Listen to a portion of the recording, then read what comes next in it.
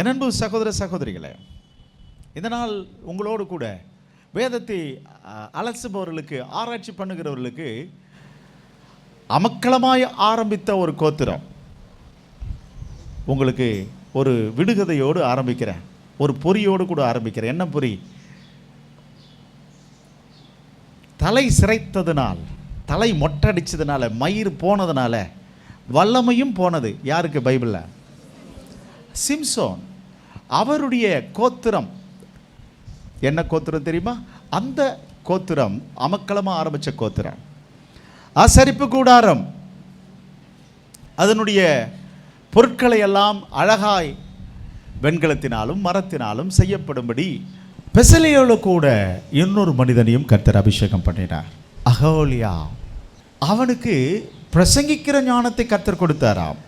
நீங்கள் வாசித்து பார்த்தீங்கன்னா உங்களுக்கு தெரியும். யாத்திராமம் 35ஆம் அதிகாரம் 34வது வசனம்.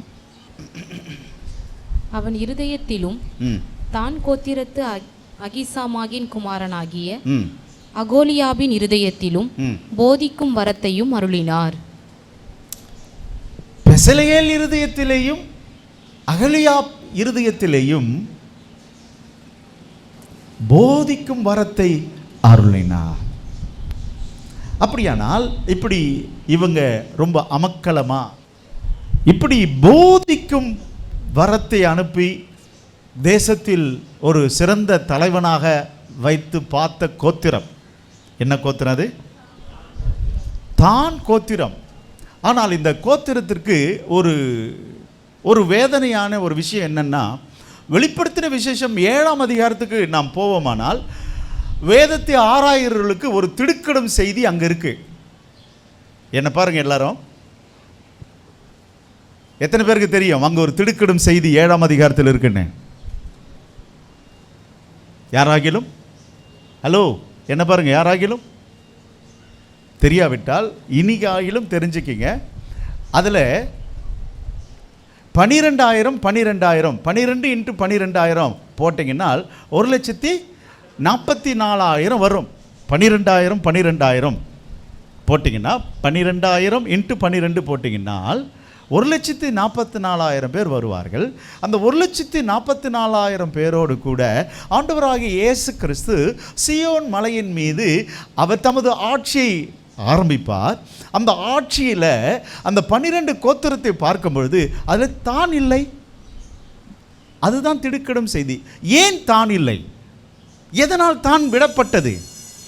எதனால் தான் இப்படிப்பட்ட ஒரு பரிதாப நிலைக்கு போனது என்பதுதான் ஆராய்ச்சி. எத்தனை பேருக்கு இந்த கேள்வி இருக்கு? தான் கோத்திரம் ஏன் இல்லை? ஏன்னா நம்ம பைபிள் சரியா படிக்கிறது கிடையாது. நான் சொல்றேன், இங்க பாருங்க என் அன்பு மகளே, மகனே, இப்படிப்பட்ட விஷயங்கள் வேதம் புரியாமல் நீங்கள் படிப்பீர்களானால் நீங்களும் ஒரு நாள் வேதாந்திகளாக மாறி போயிடுவீங்க. ஐயோ பரலோகம் தங்க வீடுனாங்களே, கடைசியில் இருட்டா இருக்குதே. அங்கே ஒரு சாத்தான் பக்கத்தில் வந்து சொல்லும், டேய் இவ்வளோனா நீ கேட்ட பிரசங்கம் அவ்வளோதான், அதுதான் உனக்கு பரலோகம். எதுதான்? இருட்டு அறை. நண்பர்களே, நம்ம ரொம்ப நேரம் ஒரு பாட்டை பாடிக்கிட்டே இருந்தோம். என்ன பாட்டு? அந்த 2வது சரணம் சும்மா படிங்களேன். 2வது சரணம் சும்மா படிங்கம்மா, படிங்க. எனக்கு கம்பெனி கொடுங்க தம்பி, படிங்க, படிமா, படிங்க, சொல்லுங்க சத்தமா, நாய்ஸா படிக்கணும். என் ஓட்டத்தில் நான் தனிமையா இல்லை, நேசித்தவர் என்னை வெறுக்கவில்லை, அப்பா வீட்டில் என்னை கொண்டு வந்து சேர்ப்பார். ஆனால் இந்த தானை கடைசியில் அந்த 1000 வருட அரசாட்சியில் ஏன் தானோ தான் இல்லை. ரொம்ப பரிதாபம். நான் சொல்லுவேன், ஒரு ஆராய்ச்சி கண்ணோடு வேதத்தை நாம் தியானிக்கணும் நண்பர்களே. ஆகவே ஏன், எதனால் கைவிடப்பட்டது? 7ஆம் அதிகாரத்துக்கு போங்க என்னோடு கூட. சும்மா நான் உங்களுக்கு இப்போ நான் இன்னும் பைபிள் ஸ்காலருக்கு பேசுகிற மாதிரி பேசுனீங்கன்னா ஏமாந்துருவோம். உண்மையிலேயே அங்கே பேர் இல்லையா பார்த்துருவோம். படிக்கலாம், மைக்கில் படிக்கலாம். யூதா கோத்திரத்தில் அப்போ என்ன நடக்குது? 2வது வசனம். அப்பொழுது கர்த்தருடைய தூதன் ஜீவனுள்ள தேவனுடைய முத்திரை கொலையுடைய வேறொரு தூதன் சூரியன் உதிக்கும் திசையிலிருந்து ஏறி வர கண்டேன். அவன் பூமியையும் சமுத்திரத்தையும் சேதப்படுத்துகிறதற்கு அதிகாரம் பெற்ற அந்த 4 தூதரையும் நோக்கி நாம் நமது தேவனுடைய ஊழியக்கார நெற்றிகளில் முத்திரை போட்டு தீர்மானமும். யாருக்கு? தேவனுடைய ஊழியக்காரர். நாம் யார் தெரியுமா? இயேசு கிறிஸ்துனுடைய ஊழியக்காரர். என்ன சத்தமே காணுமே. தேவனுடைய ஊழியக்காரர்கள் யூதர்கள், நாம் இயேசு கிறிஸ்துனுடைய ஊழியக்காரர்கள். நாம் பரிசுத்தாவியினால் முத்திரிக்கப்பட்டிருக்கிறோம். கடைசி நாளுக்கென்று பரிசுத்தாவியானவரால் முத்திரிக்கப்பட்டிருக்கிறோம். முத்திரை அவர்களுக்கு போடப்பட போகிறது. 2 பேருக்குள்ள டிஃபரெண்ட் இவ்வளவுதான். கவனமாக கவனிச்சுக்கிங்க. இது ஒரு ஆராய்ச்சிக்குரிய செய்தி. கொஞ்சம் கவனமாக கவனிச்சுக்கிங்க. தேவனுடைய ஊழியக்காரருடைய நெற்றிகளில் முத்திரை போட்டு தீருமளவும் பூமியையும் சமுத்திரத்தையும் மரங்களையும் சேதப்படுத்தாதிருங்கள் என்று மகா சத்தமிட்டு கூப்பிட்டான். ஓகே. முத்திரை போடப்பட்டவர்களின் தொகையை சொல்ல கேட்டேன். இஸ்ரவேல் புத்திரருடைய சகல கோத்திரங்களிலும் முத்திரை போடப்பட்டவர்கள். டைட்டில் பாருங்களா, சகல கோத்திரங்களிலும். இப்போ போட ஆரம்பிக்கிறாங்க. 5வது வசனம். யூதா கோத்திரத்தில் முத்திரை போடப்பட்டவர்கள் 12,000. அதாவது 12,000.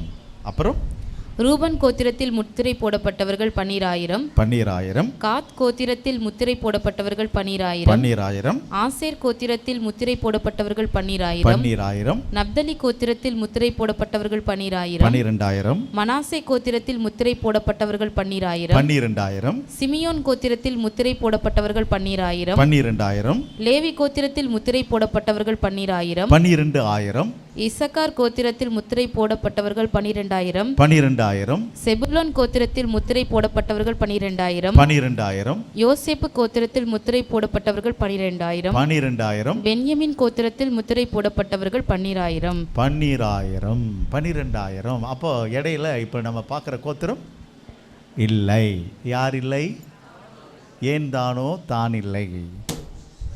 தான் கைவிடப்பட்டது, தான் மறக்கப்பட்டது. ஒருவேளை பிரிண்டிங் தவறா என்றால் இல்லை. ஏன் கைவிடப்பட்டது? சரி, அப்படியானா இவங்களுடைய வரலாறை பார்க்கணும். அதாவது கோத்திர நட்சத்திரத்தை பார்க்கணும். இவன் எந்த நட்சத்திரத்தை, எந்த லக்கணத்தில் பிறந்திருக்கிறான், ஏன் இவனை. அதனால் நேராக எங்கே போகலாம்? இப்போ பிறப்புக்கு போனோம். கவனிக்கிறீங்களா? என்ன சத்தமே காணுமே. லக்கணத்தை பார்க்கலாமா? நட்சத்திரத்தை பார்த்துருவோமா? ஓகே. எந்த லக்கணம், எந்த நட்சத்திரத்தில் பிறந்திருக்கிறான்? ஓகே. நேராக போனால் இப்போது யாக்கோப்புக்கு கல்யாணம் ஆகுது. கல்யாணம் ஆகி கவனிங்க. நான் உங்களுக்கு ஏரியா கூட்டிகிட்டு போகிறேன். நீங்கள் ட்ராவல் பண்ணாதீங்க. தப்பான பஸ் ஏறிட்டு போகிறீங்க. நான் உங்களுக்கு பஸ் ரூட்டு கொடுத்து பஸ் ஏற வச்சு விசில் அடிக்கிறாள். நான் கவலையப்படாதீங்க. அதனால் நான் உங்களுக்கு ரூட்டு தரேன். இப்போது கல்யாணத்தில் யாக்கோப்பு கேட்ட பொண்ணு ராகேல். ஆனால் முறைப்படி வந்த பெண்ணோ லேயா.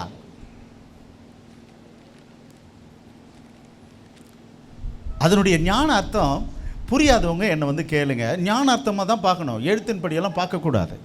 அதனுடைய ஞான அர்த்தம் வேற. சரி, ஓகே. ஆகவே திருட்டளவாக லேயால் கொடுக்கப்பட்டாலா, ராகேல் கொடுக்கப்பட்டாலா?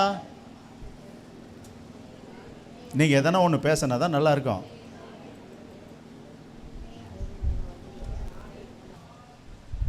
இப்படி லேயாளுக்கு திருமணம் நடந்து இப்பொழுது லேயாளுக்கு பிறக்கிற பிள்ளையை இப்பொழுது வாசிக்கிறாங்க.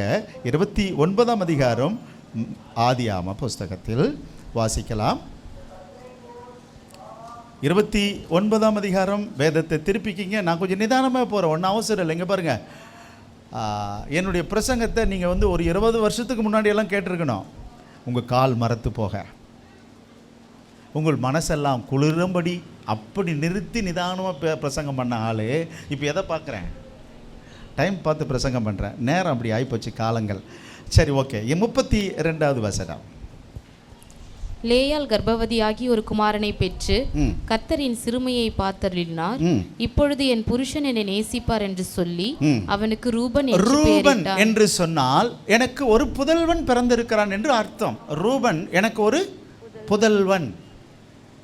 செகண்ட் ஒன் மறுபடியும் அவள் கர்ப்பவதியாகி ஒரு குமாரனை பெற்று நான் அற்பமாய் எண்ணப்பட்டதை கர்த்தர் கேட்டருளி இவனையும் எனக்கு தந்தார் என்று சொல்லி அவனுக்கு சிமியோன் என்று பெயரிட்டாள். தேவன் என் ஜெபத்தை கேட்டருளினார் என்ற அர்த்தத்தில் சிமியோன் என்று 2 பேர் வைத்தார்கள். மூன்றாவது, பின்னும் அவள் கர்ப்பவதியாகி ஒரு குமாரனை பெற்று என் புருஷனுக்கு 3 குமாரரை பெற்றபடியால் அவர் இப்பொழுது என்னோடு சேர்ந்திருப்பார் என்று சொல்லி, சேர்ந்திருப்பார் என்ற அர்த்தத்தில் சேருவார், சேருதல் என்று அர்த்தத்தில் லேவி என்று 3வது பிள்ளைக்கு பெயர் வைத்தால். 4வது, மறுபடியும் அவள் கர்ப்பவதியாகி ஒரு குமாரனை பெற்று இப்பொழுது கர்த்தரை துதிப்பேன் என்று சொல்லி அவனுக்கு யூதா என்று பெயரிட்டாள். நான் துதிப்பேன் என்று சொல்லி லேயாள் 4வது பிள்ளைக்கு பெயர் வைத்தாள். எனக்கு ஒரு புதல்வன் பிறந்திருக்கிறான், தேவன் என் ஜெபத்தை கேட்டார், என்னோடு சேர்ந்திருப்பார். 4வது துதி. கர்த்தருடைய திட்டம் இவ்வளவுதான், முடிஞ்சு போச்சுங்க. அதாவது என்னன்னா, ஆதாமுக்கு பதிலாக இப்பொழுது நாம் ஆதாமுக்கு போலாமா? ஆதாமுக்கும் 4 கோத்திரம் தான், ஆனால் நிறைய கோத்திரங்கள், கிட்டத்தட்ட 10 வம்சம் இருக்கு. 10வது வம்சத்தில் பிறந்தவர் தான் யாரு? நோவா. 7வது வம்சத்தில் பிறந்தவர் நம்ம யோனோக்கு. ஆனால் கூட்டி கழித்து பார்த்தால் அங்கேயும் மிக முக்கியமாக 4 தான். சரி, இதை நான் முடிச்சுட்டு நான் போகிறேன். எதை முடிச்சுட்டு? லேயாள் வம்சத்தை முடிச்சுட்டு போகலாம். கர்த்தருடைய திட்டமே 4 தான். ஏன்னா 4வதுல என்ன வந்துடுச்சு? துதி வந்துடுச்சு. அவ்வளோதான், ஸ்தோத்தரிக்கணும், முடிஞ்சது, ஃபினிஷ்டுன்னு அர்த்தம். ஆனால் இதற்கு மேல் நடந்தது என்ன? இப்போ நேரம் ஆதாமுக்கு போங்களேன். ஆதாமுக்கு போனீங்கன்னு சொன்னால் ஆதியாகம புஸ்தகம் 5ஆம் அதிகாரத்துக்கு உங்களோட வேதத்தை திருப்பிக்கிங்க.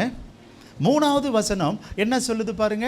ஆதாம் 130 வயதான போது தன் சாயலாக தன் ரூபத்தின்படியே ஒரு குமாரனை பெற்று அவனுக்கு சேத் என்று பெயரிட்டான். இதுக்கும் பொருள் என்ன தெரியுமா? சேத் என்றால் பதிலாக ஒரு குமாரன் என்று அர்த்தம்.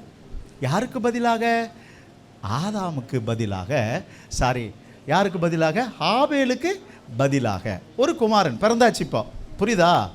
ஹலோ, பதிலாக என்று பொருள். பதிலாக ஒரு குமாரன், ஆபேலுக்கு பதிலாக ஒரு குமாரன் பிறந்துட்டான்.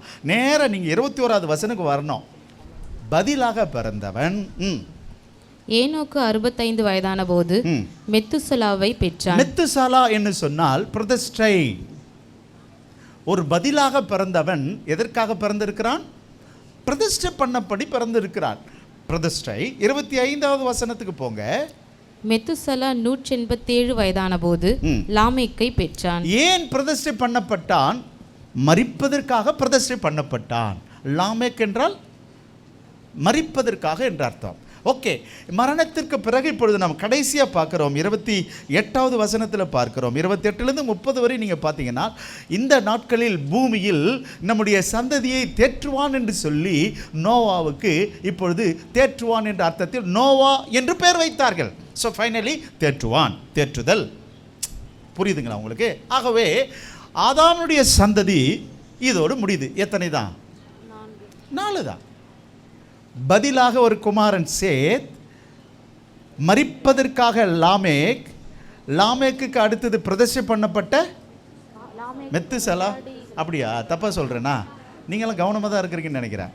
ஓகே, பாருங்கள். சேத் பதிலாக, மெத்துசாலா பிரதிஷ்டை பண்ணப்பட்டவன், லாமேக் பிரதிஷ்டை பண்ணப்பட்டது மரிப்பதற்காக, கடைசியில் இவர் மரணம் என்னை தேற்றும். இயேசு கிறிஸ்து வரார் பாருங்க. அங்கே பதிலாக, ஆதாமுக்கு பதிலாக பிறந்து அவர் பிரதிஷ்டை பண்ணப்பட்டார் மரிப்பதற்காக.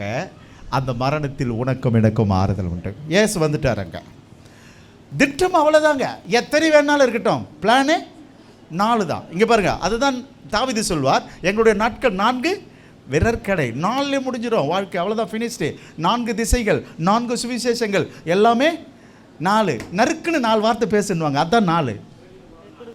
அதுதான் நீட்டா 2 நடுக்கு 4 குறுக்கு, அவ்வளோதான். தூக்கிட்டு போகிறதுக்கு 4 பேர், முன்ன 2 பின்ன 2, எல்லாமே எதில் அடங்கி போச்சு?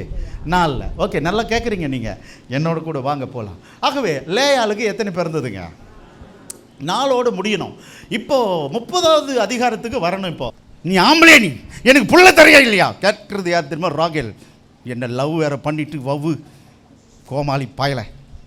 இவன் கேட்டான், நான் கடவுளடி, கிட்டத்தட்ட என்ன கூட கிட்டத்தட்ட 10 வருஷமாக குடும்பம் நடத்துறடி, உனக்கு குழந்தை வரலையே, நான் என்ன பண்ண முடியும்? நான் கடவுளா? சரி, அப்படியா? நான் உடனடியா சரி நான் ஏற்பாடு செய்கிறேன் சொல்லி வேலைக்காரி எடுத்து முதல்ல இவ தான் ஓப்பன் பண்ணி கொடுத்துட்டா. யார் பேர் என்ன? கில்காலா. 30ஆம் அதிகாரத்தில் இருக்கிறீங்கன்னு நினைக்கிறேன். ஓகே, 5வது வசனத்தில் பில்கால் கர்ப்பவதி ஆனாள். 4வது வசனத்தில் அவனுக்கு தன் வேலைக்காரியாக பில்காலை கொடுத்தா. இப்போது பில்காலுக்கு ஒரு குழந்தை பிறந்தது. அந்த குழந்தை பேர் என்ன? தான் டான் டமர். இவர் நட்சத்திரத்தை பார்த்தியா, லக்கணத்தை பார்த்தியா, பிறப்பே ராங்கே ராங்கே ரூட்டு ராங்கே. இவர் எங்கே போகிறாராம்? இப்போ பரலோகத்தில் போகிறாராம். ரூட்டு ராங்கே. நான் சொல்லுவேன் நண்பா, தான் என்றால் நியாய தீர்ப்பு என்பது பொருள். என்ன அப்பு? அப்பு துப்பு என்ன அப்பு? ஏண்டி ராகேல், உனக்கு தேவையாடி இது? உனக்கு என்னத்தை பெற்றுக்கிட்ட? நியாய தீர்ப்பு என்ற லக்கணம் பிறக்குது, நட்சத்திரம் பிறக்குது. நீதிபதி. ஆகவே இந்த பேருக்கு ஏற்றாது போலவே நியாயாதிபதி காலத்தில் சூப்பரான ஒரு நியாயாதிபதி சிம்சோன் இருந்தார். மோசே இஸ்ரவேலை வனாந்தரத்தில் 40 வருஷம் நடத்தும் போது அதில் சிறந்த ஞானி கூட்டத்தில் நம்ம வெசலேயலோடு கூட யாரும் சேர்ந்தாரு? அகோலியாப்பும் சேர்ந்தார். ஓகே, இவர்கள் பேருக்கு ஏற்ற மாதிரி எப்படி தான் வாழ்ந்தாங்க? நல்லா ஞானத்திலும் அறிவிலும் புத்தியிலும் சிறந்து தான் வளர்ந்துருக்காங்க, நீதிபதியாகவும் வாழ்ந்துட்டாங்க. ஏன்னா பேர் அதுக்கேற்ற மாதிரி. அதுக்கப்புறம் இந்த சில்பாலா கில்பாலா சத்தமே இல்லையா? பில்கால் இன்னொரு குழந்தை பெற்றா. அந்த குழந்தை என்ன பேர்? அது கீழே இருக்கு பாருங்க. அப்பொழுது ராகேல், நான் மகா போராட்டமாக எங்கள் வீட்டுக்காரர்கிட்ட போராடி அப்பா நப்தலை பெற்றுக்கொண்டேன் என்று சொல்லி, அங்கே பாருங்களேன், நியாய தீர்ப்பும் போராட்டம் தான் இவளுக்கு கிடைச்ச பரிசு. தேவையா உனக்கு? நான் சொல்லுவேன், இங்கே பாருங்கள், வாழ்க்கையில் அவசரப்பட்டு காதலிக்கிற கல்யாணம், வாழ்க்கையில் அவசரப்பட்டு சம்பாதிக்கிற பணம் ஒரு நாள் கொள்ளை போயிடும். நான் சொல்லலை, கதை சொல்லுது. அவசரப்பட்டுட்டியன்னா உன் வாழ்க்கை கடைசி வரைக்கும் லொல்லு தான். உன்னை கூப்பிடும். வயசுக்கு வந்த பொண்ணு ஒரு பையனை பார்த்து கூப்பிடும், பொண்ணை பார்த்து கூப்பிடும். திரும்பிட்டியனால் உங்கள் வாழ்க்கையில் 2 ஒட்டிக்கும். என்ன ஒட்டிக்கும்? நியாய தீர்ப்பும் போராட்டம். போராட்டமே ஆறுதல் படுத்து தான் நிறைய யூடியூப் பாட்டெல்லாம் இருக்குது. தனிமையின் பாதையில் சொந்தம் என்று சொல்லிக்கொள்ள, இப்படியும் கேட்டுக்கின்னு இருக்க வேண்டியதான். லூசு லூசு சாம்சன் பாஸ்டர் வருவார், லூசு பாட்டெல்லாம் கேட்டுக்கிறேன். என்ன லூசு? டைட்டில் இல்லையா? ஏன் உன் வாழ்க்கையில் நியாய தீர்ப்பும் போராட்டம் வந்தது? உன் லக்கணத்தை பார், உன் பிறப்பின் லக்கணத்தை பார். நீ பிறந்த லக்கணம், நீ சேர்ந்த லக்கணம் சரியில்லை. யாரோடு சேர்ந்த? எப்படி சேர்ந்த? அதை தட்டி விடு. மறுபடியும் அப்பா கிட்ட போய் கேளு. அவர் மன்னிக்க கிருபை பெற்றவர், அவர் நேசத்தில் ஒப்பற்றவர். ஸோ வாழ்க்கையில் நீங்கள் அவசரப்பட்டு உன்னுடைய வித்தை விதைச்சிடாத சகோதரா. உன்னுடைய வித்தை வேஸ்ட் பண்ணிடாத. அவசரப்பட்டுட்டேன்னா 2 கூடவே வந்துடும். என்னென்ன? வாழ்க்கை முழுசும் போராட்டம் தான். எத்தனை பேர் வித்தை நீ வேஸ்ட் பண்ணிட்டியோ? நீங்கள்லாம் உங்கள் வாழ்க்கையில் யோசித்து பாருங்கள். இன்றைக்குள்ள கொலைகள் சும்மா ஜஸ்ட்டு பெண்கள், புருஷன் செத்துட்டேன்னா விட்டுடு, அதோட இல்லை புருஷன் இல்லையா விட்டுடு, அதோட இன்னொருத்தக்கிட்ட நீ அவசரப்பட்டு போயிட்டியானால் உனக்கு 2 வரும். அவசரப்படாத. மனைவி இழந்துட்டியா? கர்த்தர் சமத்தில் காத்துரு, கர்த்தர் காரியத்தை செய்வார். ஆனால் வாழ்க்கையில் என்ன பண்ணாத? அவசரப்படாத. யாக்கோபின் தேவன் என்ன சத்தமே இல்லையா? எனக்கென்றும் துணையா வர.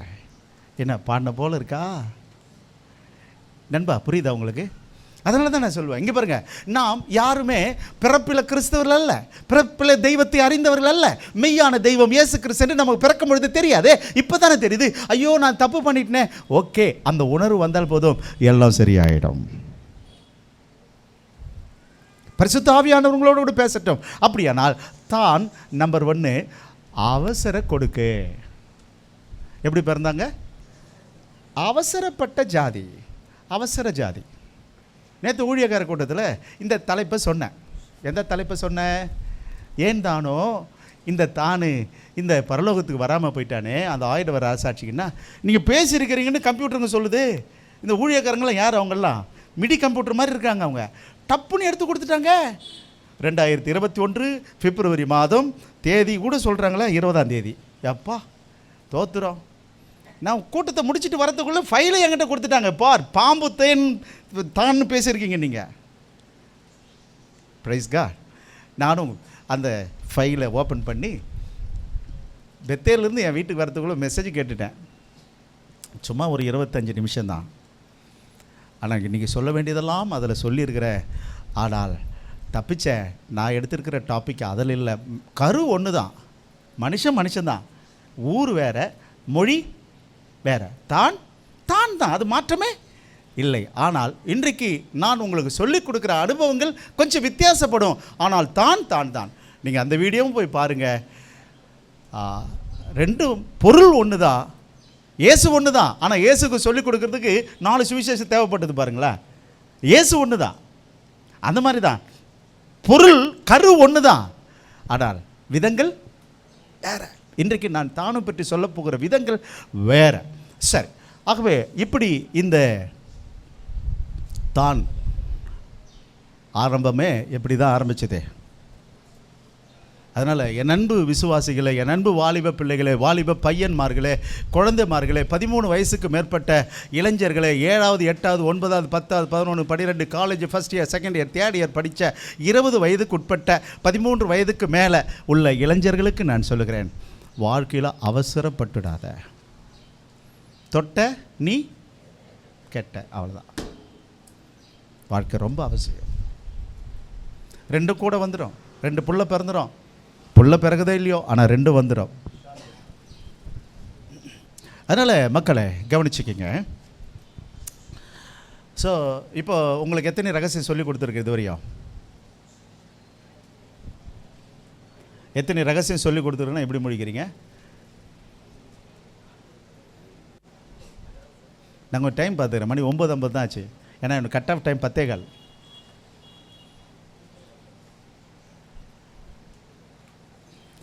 ஆதாமு 4 பிள்ளைக்கு சொல்லிக் கொடுத்தேன், மறந்துட்டிங்களா? லேயாளுக்கு 4 பிள்ளை சொல்லிக் கொடுத்தேன், மறந்துட்டிங்களா? நான் கொஞ்சம் நிறுத்தி தண்ணி அடிச்சுட்டு போகிறேன், தண்ணி தெளிச்சிக்கிட்டே போகிறேன் முகத்தில். 3வது ஒரு ரகசியத்தை சொல்லிக் கொடுத்தேன், அவசர கோத்திரம். இப்போ 5வதுக்கு போகலாமா? 4வதா 5வதா?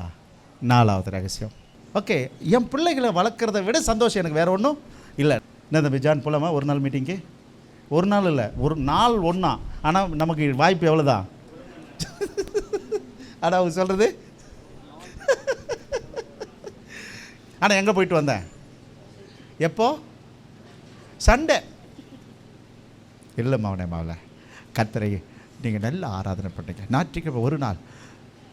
தேசம் கடைசி காலத்தை சந்திச்சிட்ருக்கு. எப்படி ஆகிலும் நீங்கள் பெற்ற சந்தோஷத்தை 1 மணி நேரமாகிலும் வெளியே போய்ட்டு ஊழியம் செஞ்சுட்டு வாங்க, நிம்மதியாக இருப்பீங்க. ஞாயிற்றுக்கிழமை 1 மணி நேரம், ஒரு 4 மணி கிளம்புங்க, 5 மணி வரையும், 5 மணி கிளம்புங்க, 6 மணி வரையும். ஏதாயிலும் ஒரு ஊழியத்தை தயவு செய்து ஞாயிற்றுக்கிழமையை வேஸ்ட் பண்ணிடாதீங்க. இந்த நாள் கர்த்தருடைய நாள்.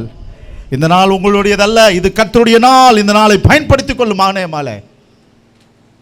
கர்த்தருடைய நாம மகிமைப்படுத்தும். கர்த்தர் உங்களை ஆசீர்வதிப்பார். ஓகே, இந்த செகண்ட் ஒன் பார்க்க போகிறோம். அந்த செகண்ட் ஒன் பார்க்கறதுக்கு முன்னாடி இன்னும் கொஞ்சம், ஏன் அவன் அங்கே கைவிடப்பட்டான்? எங்கே? சியோன் மலையில் 1000 வருட அரசாட்சிக்கு முத்திரையிடப்பட்ட கூட்டத்தில் 12,000 பேர்கள், 1,44,000 பேர் வர வேண்டிய இடத்தில் ஏன் இவர்கள் கைவிடப்பட்டார்கள்? அன்பு சகோதரனே சகோதரியே, 1,44,000 பேர் திருமணமாகாதவர்கள், சியோன் திருச்சபை என்று சொல்லப்பட்டிருக்கிற அப்படிப்பட்ட உபதேசத்தை நம்பாதீர்கள். கண்டிப்பாக அவர்கள் அல்லாது. அப்படியானால் 14ஆம் அதிகாரத்தில் சொல்லப்படுகிற ஸ்திரீகளால் கரைப்படாதவர்களும், வெளிப்படுத்தும் விசேஷம் 14ஆம் அதிகாரத்தில் சொல்லப்படுகிற 1,44,000 அதுவும் அவர்கள் அல்ல. உபத்திரவ காலத்தில் ஸ்திரீகளால் கரைப்படாதவர்கள் என்று சொன்னால் கவனிங்க, அப்பொழுது ஓரின பாலின சேர்க்கை அதிகமாக இருக்கும். எப்போ? அந்தி கிறிஸ்து காலத்தில் அதில் அகப்படாமல் கரைப்படாதவர்கள் இருக்கிறவன் எவனோ அவன் அந்த 1000 வருட அரசாட்சிக்கு வருவான். Praise God. இதெல்லாம் உங்களுக்கு தெரியாதுங்க, தெரிஞ்சுக்கிங்க. கர்த்தருடைய நாமம் மகிமைப்படட்டும். அதில் கரைப்படாமல் கர்த்தருடைய நாமத்தை தரித்து கொண்டு உபத்திரவ காலத்தில் பிசாசனுடைய முத்திரை தரித்து கொள்ளாமல் தேவனுடைய பரிசுத்தாவின் முத்திரை தரித்து கொள்ளுகிறவன் எவனோ அவன் 1,44,000 பேராக பின்னாடி வந்து சேருவார்கள். ஹல்லேலூயா. ஆகவே திருச்சபைக்கும் 1,44,000 பேருக்கும் சத்தமே இல்லையே. உங்ககிட்ட பேசி எனக்கு என்ன பிரயோஜனம்? பேச வேண்டியவர்களோடு பேசுகிறேன். நீங்கள் சொல்லுங்கள். பைபிள் ஸ்டடிக்கு வரவங்க, பைபிள் காலேஜ் முடிச்சவங்க, நீங்கள் சொல்லுங்கள். சம்பந்தமே இல்லை. ஏன்னா அந்த கிறிஸ்து காலத்தில் இரத்தத்தால் மீட்கப்பட்ட சபை இல்லை. அது எடுத்துக்கொள்ளப்படும் என்பது திருச்சபையினுடைய ரகசியம். இந்த சத்தமே காணுமே. Praise God. எதனா ஒன்று சொன்னால் தானே. இல்லை நான் நிறைய பேர் இங்கேவே ஆல்ரெடி ஊதின்னு இருக்கிறாங்க. என்ன சாப்பிட்டு வந்துட்டாங்களோ தெரியல. நைட்டெல்லாம் நைட் ஷிஃப்டா என்னன்னு தெரியல. ஓகே, கவனமாக இருங்க. கர்த்தருடைய ஆவியானவர் நம்ம நடத்திட்டோம். இப்போது நம்ம பிறப்பின் லக்கணத்தை பார்த்தோம். இப்போது தானுக்கு மாத்திரமல்ல, இந்த 12 கோத்திரத்துக்கும் உலக பிரகாரமான ஆசீர்வாதமும் தேவனுடைய ஆசீர்வாதமும் கொடுத்த நட்சத்திரத்தை பார்க்கணும். நம்ம லக்கணத்தை பார்த்தோம், பிறப்பின் லக்கணம். அடுத்தது நட்சத்திரத்தை பார்க்கணும். நட்சத்திரம்னு சொன்னால் தெய்வத்தினுடைய திட்டம். லக்கணம் பிறப்பு, நட்சத்திரம் தெய்வம் இவர்களை என்ன வகைக்காக படைத்தார். இப்பொழுது அப்பா 12 பிள்ளைகளை சாகும் பொழுது கடைசியாக கூப்பிட்டு 49ஆம் அதிகாரம் 49 பஸ் ஏறுங்க. ஆதியாகமம் 49 பஸ் ஏறுங்க. ஏறிட்டீங்களா? என்னோடு கூட வாசிக்கிறீங்களா? 17வது வசனம். தான் குதிரையின் மேல் ஏறி இருக்கிறவன். இங்க பாருங்களேன், தானை பற்றி ரொம்ப அழகாக அப்பா, இங்க பாருங்களேன், பெத்த தகப்பன் பிள்ளையை பற்றி திட்டமிடுகிறார். ப்ளீஸ் மருமக்கமார்களே, என்ன சத்தமே காணுமே, கணைங்க. கணைக்க மாட்டேன்றீங்க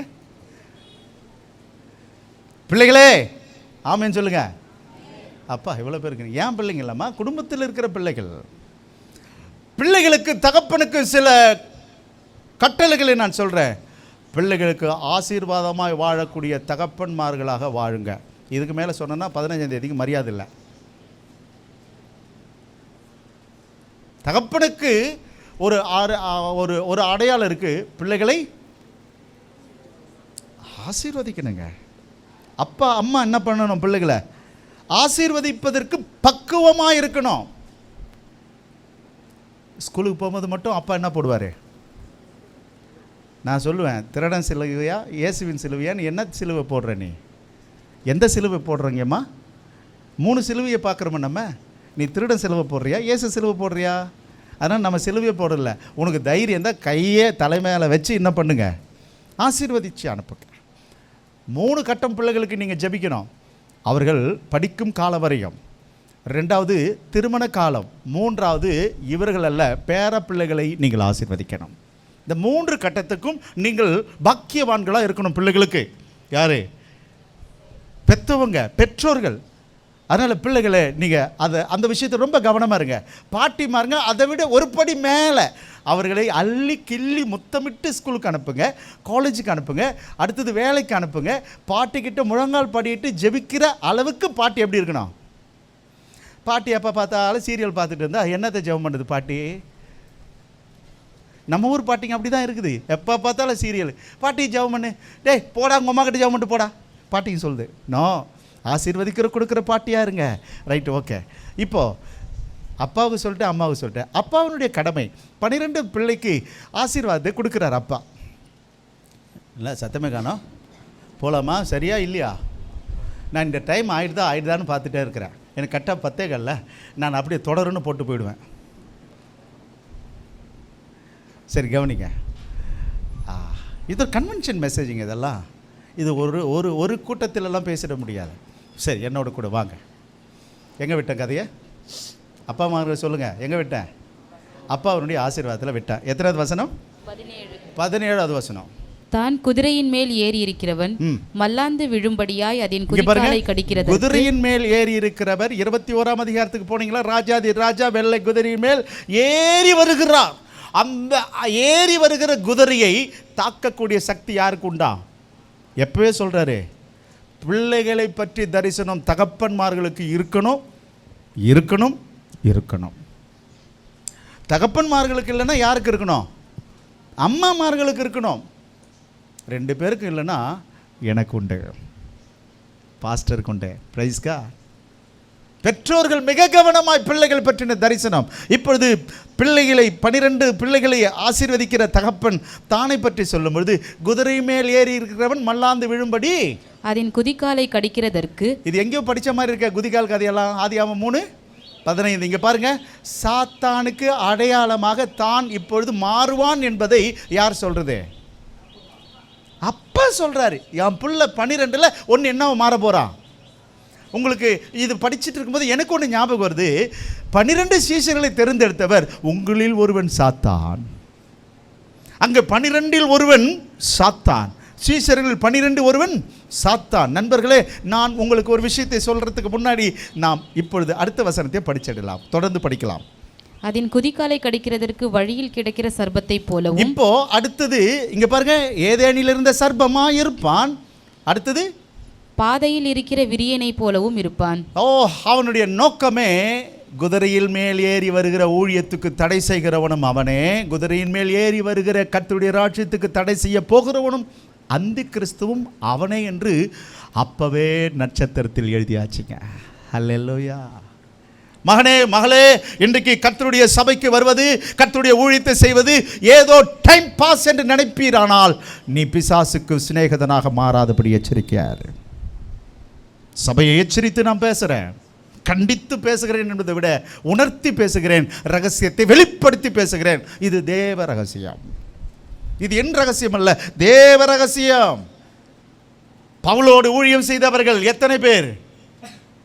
இம்னேயும் அலெக்சாந்தரும் விசுவாச கப்பலை சேதப்படுத்தினார்கள். மகளே மகனே, இன்றைக்கு விசுவாச வாழ்க்கை துவங்கினவர்கள் காணோம், ஊழியத்தை துவங்கினவர்கள் காணோம். இன்றைக்கு சினிமா பாட்டை ஆராதனையில் பாடலாம் என்ற கொள்கையெல்லாம் சபைக்குள்ள வந்துடுச்சு. அதிலே தீர்க்க தரிசனம் சொல்கிற வெளிப்பாடு தீர்க்கதரிசிகள் எல்லாம் வந்துடுச்சு, கள்ள தீர்க்கதரிசிகள். ஆனால் அவங்க சொல்லிக்கிறாங்க நாங்கள் நல்ல தீர்க்கதரிசிகள் என்றாங்க. எப்படியோ, ஆகவே தான் சொல்கிறேன், இயேசு கிறிஸ்து நல்லவர். Praise God. ஹல்லேலூயா. சக்கரத்தை சகோதரா, சக்கரத்தை சகோதரியே, உங்களுடைய அஸ்திபாரம் நல்ல சபையில் ஆரம்பித்ததுக்காக கர்த்தரை ஸ்தோத்திரிக்கிறேன். நீங்கள் என்ன அல்லேலூயா சொல்ல, சாத்துரமும் சொல்ல. நான் நினைக்கிறேன் நல்ல விசுவாசிகளை கர்த்தர் எனக்கு கொடுத்தார், அதற்காக கர்த்தரை ஸ்தோத்திரிக்கிறேன். நான் அதுக்கும் இல்லையா தம்பி? சி மைனர் கொடு தம்பி. இவங்க ஒரு மாதிரி மந்தமாக இருக்கிறாங்க தம்பி.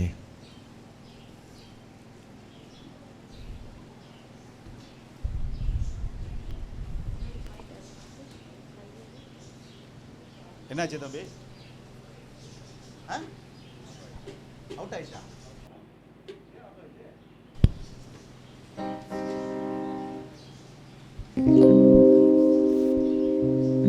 என்ன கூட சேர்ந்து பாடுறீங்களான்னு பார்ப்போம். கார்டு கொடுங்க, நல்லா நல்லா கொடுங்க தம்பி. நானும் என் வீடும் என் வீட்டாரனை ஓயா. அதுக்கு தான் பாடினேன், நானும் என் வீடும். நீங்கள் தானே என் வீடு. அண்ணன் என்ன சொல்லிட்டு போனார் சிஎம் அண்ணன்? என் குடும்பத்தில் 100 பேராக இருந்தாலும் என் சபையில் 300 பேர். நான் நம்புகிறேன் இது 3000 மாறணும். ஏய் ஹலோ செல்வகுமார், சின்ன பையன் பேர் என்னடா? எங்கடா இருக்கான் அவன்? இருக்கியா? உன் பேர் என்ன? பிரஜன்.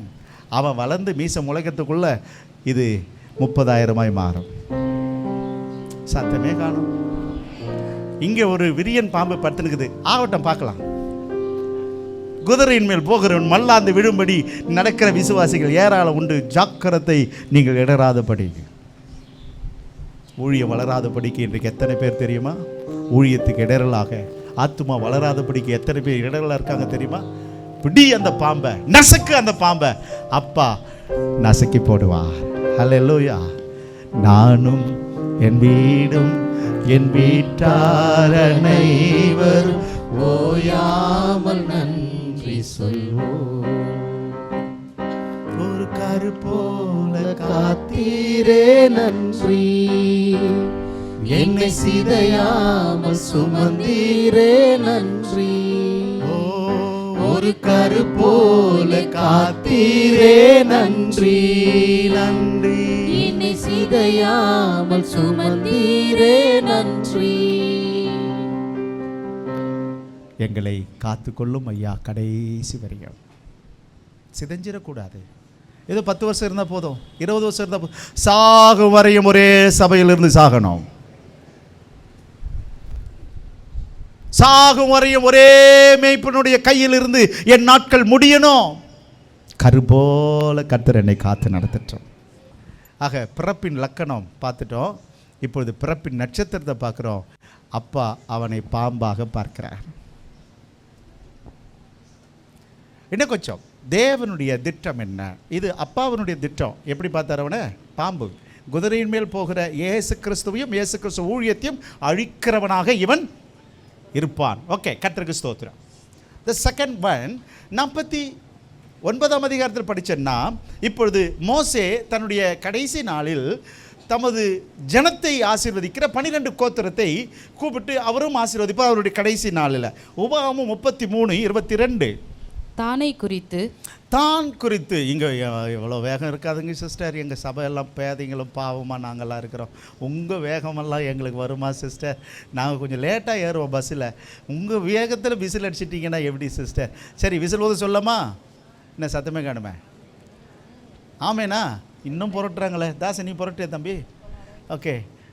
சகோதர சகோதரிகளை, ஓகே, கர்த்தருக்கு ஸ்தோத்திரம். முடிச்சிடுறேன். இன்னொரு 7 நிமிஷம் தான் நான் பேச போகிறேன். அதுக்கப்புறம் நல்லா கொட்டாய் விடுங்க. கர்த்தருக்கு ஸ்தோத்திரம். போலாமா? வாங்க என்னோட கூட படிக்கலாம். தானை குறித்து, தான் குறித்து. தானே என்ன பாம்பே இருக்குது, அந்த சிட்டிக்கு போயிட்டு போகிறாங்க. தானே மகாராஷ்டிரா தானேக்கு போயிட்டு போகிறாங்க. தானை குறித்து, தான் ஒரு பாலசிங்கம். அவன் யாரா உங்களுக்கு தெரியுமா? 1 பேதுரு 5:8. தெரியலன்னா இப்போ எடுத்து படிச்சுக்கிங்க. இதோட ரெஃபரன்ஸ் அங்கே இருக்கு. தெளிந்த புத்தியுள்ளவர்களாய் இருங்கள், விழித்திருங்கள். ஏனெனில் உங்கள் எதிராளியாகிய பிசாசானவன் கெர்ஜிக்கிற சிங்கம் போல் எவனை விழுங்கலாமோ என்று வகை தேடி சுற்றி திரிகிறான். இப்பொழுது தேவனுடைய திட்டத்திலும் பார்த்தாச்சு, அப்பாவுடைய திட்டத்திலும் பாம்பு. குதிரை மேல் ஏறி வருகிறவனுக்கும் குதிரையின் மேல் ஏறி வருகிற ஊழியம் செய்கிறவர்களுக்கும் இவன் பிரச்சனையாவே இருப்பான்றது தீர்க்க தரிசனம்.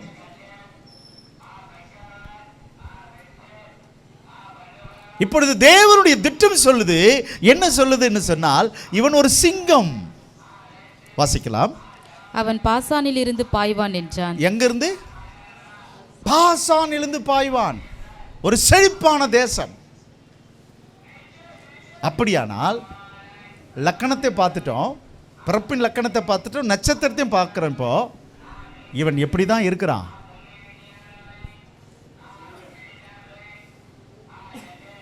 சாத்தான்.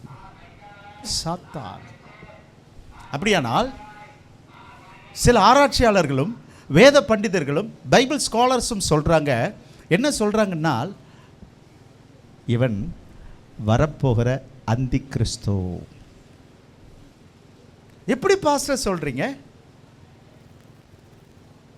இது இது இது கொஞ்சம் ஆழம். வேதம் புரிந்தவர்கள் என்னோடு கூட வேத பாடம், பைபிள் ஸ்டடீஸ், தொடர்ந்து சபை கூட்டங்களில் தேவனுக்கு பயந்து அஞ்சு நடக்கிறவர்களோடு கூட நான் பேசுகிறேன். சாதாரண ஆளுங்களுக்கெல்லாம் இது புரியாது. அந்தி கிறிஸ்து யூதர்களை மையமாக வைத்து உலகத்தை ஆளப்போகிறான். யாரை மையமாக வச்சு?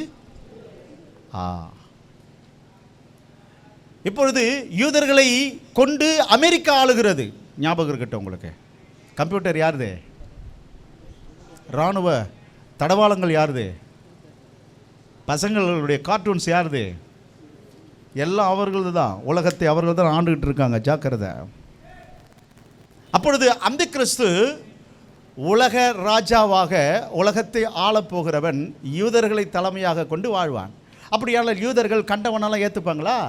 ஏற்றுக்க மாட்டாங்க. எங்கள் கோத்திரத்தில் எவன் கோத்திரத்தில் தேடுவான். அந்த கோத்திரத்தில் தேடினால் விஷயம் எங்கே வரும்டான்னா, ஆக்சுவலாக அந்தி கிறிஸ்து ரோமில் தான் வரணும். 7 மலைகளை ஆளுகிற இந்த இட்டாலியிலிருந்து தான் வரணும். ஜெனரல் நாலேஜ் படிக்கிறவங்களுக்கு தெரியும், 7 நகரங்களை சமதளமாக்கி 7 குன்றுகளை சமதளமாக்கி நகரத்தை கட்டின நகரம் இட்டாலி, அது ரோம். ஆக்சுவலாக ஆன்டி கிரைஸ்ட் எங்கேருந்து தான் வரணும்?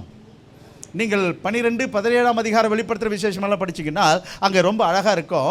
7 மலைகளின் ரகசியமானு இருக்கும். ஆகவே அந்தி கிறிஸ்து எதிலேருந்து தான் வரணும்? ரோமிலேருந்து தான் வரணும். அப்படியானால் ரோமுக்கும் யூதர்களுக்கும் எப்படி சம்பந்தப்படும்? அவங்கெல்லாம் கிறிஸ்துவங்களாச்சு, அவங்களாம் ஜெர்மானியர்களாச்சு. இப்படி ஐரோப்பை வச்சு அவங்களாம் கிறிஸ்தவர்கள் எப்படிடான்னா, இப்போ நான் சொல்கிறேன் கேட்டுக்கங்க. இப்பொழுது உக்ரைன் நாட்டு அதிபருக்கு பேர் என்ன?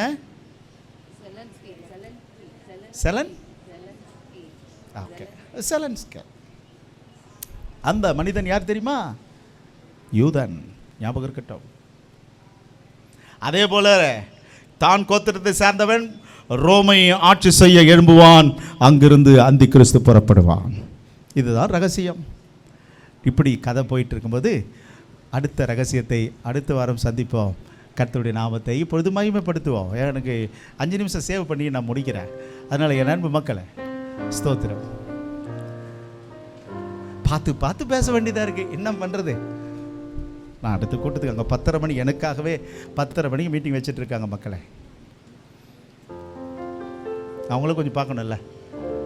அங்கே ஆரம்பமே 10:30 தான். எத்தனை மணிக்கு முடிப்பு தெரியுமா? 2 மணிக்கு முடிப்பேன். கொரன்னு 2 மணி. வயிறெல்லாம் காஞ்சி கருவாடாய். அதனால் சொல்லிட்டேன், நான் வந்தேன்னா மக்களுக்கு ஒரு பிடி சோறு போடுங்கன்னு சொல்லியிருக்கேன். அவங்கெல்லாம் சாப்பாடு செஞ்சு வச்சுட்டு சர்ச்சில் உட்காந்துட்டு இருப்பாங்க. நான் வருவேன்னு நல்லா திருப்தியாக பேசிட்டு தான் வருவேன். ஏன்னா மாதத்துக்கு நீங்கள் என்ன வாரம் என்ன பார்த்துட்றீங்களா? ஏன் டெய்லி இந்த வாரம் பாருங்கள், டெய்லியும் பார்க்க போகிறீங்க. அவங்க மாதத்துக்கு ஒரு முறை. ஆகவே என் அன்பு மக்களை, இப்போ சொல்லுங்கள் பார்ப்போம், எத்தனை ரகசியம் பார்த்துருக்கோம்? 4-5?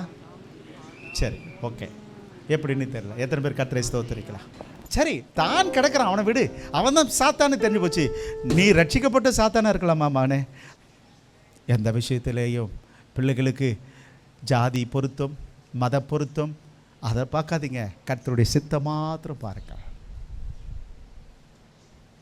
பணக்காரு பெரியவங்க தெய்வ பக்தி இருக்கா? கர்த்தருக்கு ஸ்தோத்திரம். என் அன்பு மக்களே, என் அன்பு வீட்டு மக்களே, மாமனார் மாமியார்களுக்கு சொல்கிறேன், பெற்றோர்களுக்கு சொல்கிறேன், நம்ம சபையிலேருந்து பொண்ணு எடுத்தா, பையனை எடுத்தால் எப்படி இருக்கணும்? என்ன சத்தமே காணுமே? டுபாக்கூருங்களா இருக்கணுமா? பேச்சில் மட்டும் வாழைப்பழம். அது சொல்லிட்டு நம்ம சபையிலேருந்து பொண்ணு எடுக்க லைனில் நிற்கணும். ஆமேனே கிடையாதா? யோசிக்கிறீங்களா? சத்தமே காணும். அப்படிலாம் என்னை கூப்பிடாதீங்க. உங்கள் விஷயத்துக்கு என்னை தலையிட வைக்காதீங்கன்றேன். அதனால தான் நான் மாப்பிள்ளை பொண்ணு பார்க்கறது கிடையாது. பார்த்ததெல்லாம் கிழிச்சிட்டு இருக்குது. இப்போ தேடி தேடி பார்த்ததே கிழிச்சு நிற்குது. கையை காணும், காலை காணும். பார்த்துக்குங்க. நம்ம சபையில் மாப்பிள்ளை எடுக்கிறதுக்கு பொண்ணு எடுக்கிறதுக்கு என்ன பண்ணணும்? கியூவில் நிற்கணும். உங்களுக்கு தெரிஞ்சோ தெரியாமலோ, என்னை பற்றி தெரிஞ்சவங்க சாம்சன் பாஸ்டர் விசுவாசிகளை நான் எடுக்கணும்னு விரும்புகிறாங்க. உங்களுக்கு தெரிந்தோ தெரியாமலோ சாம்சன் பாஸ்டர் விசுவாசிகளில் ஊழியக்காரனா அனுப்புங்கன்றாங்க. அப்படி ஒரு குவாலிட்டி பர்சன்ஸாக இருங்க. உங்கள் ஃபேமிலி, உங்களுடைய கேரக்டர் அண்ட் மினிஸ்ட்ரி. நான் சத்தமே காணுமே. பழகிப்பார், பாசம் தெரியும். மோதிப்பார், வீரம் தெரியும். இதான் நம்ம டைலாக்கு. மோது.